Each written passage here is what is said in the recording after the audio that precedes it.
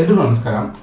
ಯಾರೆಲ್ಲ ಒಂದು ಗುತ್ತಿಗೆ ನೌಕರರಿದ್ದಾರೆ ಅವರಿಗೆ ಉದ್ಯೋಗ ಏನಿದೆ ಆ ಭದ್ರತೆ ಒದಗಿಸ್ಕೊಡ್ತೀವಿ ಅಂತ ಹೇಳಿದ್ದಾರೆ. ಅಂದ್ರೆ ಅಧ್ಯಯನಕ್ಕೆ ಉಪ ಸಮಿತಿ ಕೂಡ ರಚನೆ ಮಾಡಲು ಒಂದು ಸರ್ಕಾರ ನಿರ್ಧಾರ ಮಾಡಿದ್ದಾರೆ.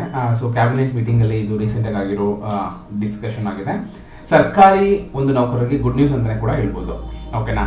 ಸೊ ಹಾಗೆ ಇದರ ವಿಷಯ ಮುಂದುವರೆದ ಭಾಗ ನೋಡೋದಾದ್ರೆ, ಕರ್ನಾಟಕ ಸರ್ಕಾರ ವಿವಿಧ ಇಲಾಖೆಗಳಲ್ಲಿ ಮತ್ತು ನಿಗಮಗಳು, ಮಂಡಳಿಗಳಲ್ಲಿ ಅಂದ್ರೆ ಗುತ್ತಿಗೆ ಆಧಾರದ ಮೇಲೆ ಯಾರೆಲ್ಲ ಒಂದು ಸೇವೆ ಸಲ್ಲಿಸ್ತಾ ಇದ್ದಾರೆ ಕಾರ್ಮಿಕರು, ಉದ್ಯೋಗ ಭದ್ರತೆ ಹಾಗೂ ಇತರ ಎಲ್ಲಾ ಸೌಲಭ್ಯಗಳನ್ನು ಒದಗಿಸುವ ಸಾಧಕ ಬಾಧಕಗಳ ಕುರಿತು ಉಪ ಸಮಿತಿಯನ್ನು ರಚಿಸಲಾಗುವುದು ಅಂತ ಕೂಡ ಅವರು ಹೇಳಿದ್ದಾರೆ. ಓಕೆನಾ? ಸೊ ಇಲ್ಲಿ ಯಾರೆಲ್ಲ ಅಂದ್ರೆ ಯಾರಿಗ್ ಬರುತ್ತೆ ಇದು ಅಂತ ನೋಡೋದಾದ್ರೆ, ಮೇನ್ ಆಗಿ ನೋಡೋದು ನಾವು ಇಲ್ಲಿ ಗುತ್ತಿಗೆ ಆಧಾರದ ಮೇಲೆ ಇರೋ ನೌಕರರಿಗೆ. ಓಕೆನಾ? ಇನ್ನು ಸರ್ಕಾರ ವಿವಿಧ ಇಲಾಖೆಗಳು ಮತ್ತು ನಿಗಮಗಳಲ್ಲಿ ನಾವಾಗಲೇ ಹೇಳಿದಂಗೆ ಒಂದು ಅಧ್ಯಯನ ನಡೆಸಲು ರಾಜ್ಯ ಸರ್ಕಾರ ಮುಂದಾಗಿದೆ.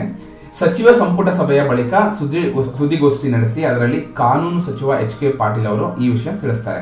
ಹಾಗೆ ಕರ್ನಾಟಕ ಸರ್ಕಾರದ ವಿವಿಧ ಇಲಾಖೆಗಳು ಮತ್ತು ನಿಗಮಗಳು ಅಂದ್ರೆ ಮಂಡಳಿಗಳಲ್ಲಿ ಗುತ್ತಿಗೆ ಆಧಾರದ ಮೇಲೆ ಸೇವೆ ಸಲ್ಲಿಸುತ್ತಿರುವ ಕಾರ್ಮಿಕರಿಗೆ ಉದ್ಯೋಗ ಭದ್ರತೆ ಮತ್ತು ಇತರ ಎಲ್ಲಾ ಸೌಲಭ್ಯಗಳನ್ನು ಒದಗಿಸುವ ಸಾಧಕ ಬಾಧಕಗಳ ಕುರಿತು ಉಪ ಸಮಿತಿಯನ್ನು ರಚಿಸಲಾಗುತ್ತಿದ್ದು, ಈ ಸಮಿತಿಯು ಸಂಪುಟಕ್ಕೆ ವರದಿ ಸಲ್ಲಿಸಿ ಶಿಫಾರಸುಗಳನ್ನು ಮಾಡಲಿದೆ ಅಂತ ಕೂಡ ಅವರು ಹೇಳಿದ್ದಾರೆ. ಹಾಗೆ ಇದೇ ವೇಳೆ ಅಂದ್ರೆ ರಾಜ್ಯ ಹಾಗೂ ಜಿಲ್ಲಾ ಮಟ್ಟ ಸರ್ಕಾರಿ ಕಾರ್ಯಕ್ರಮಗಳಲ್ಲಿ ಶಿಸ್ತು ತರುವ ಸಲುವಾಗಿ ವೇದಿಕೆ ಮೇಲೆ ಆಸೀನರಾಗುವ ಅತಿಥಿಗಳಿಗೆ ಕಡಿವಾಣ ವಿಧಿಸಲು ತೀರ್ಮಾನಿಸಲಾಗಿದೆ ಅಂತ ಕೂಡ ಹೇಳ್ತಿದ್ದಾರೆ.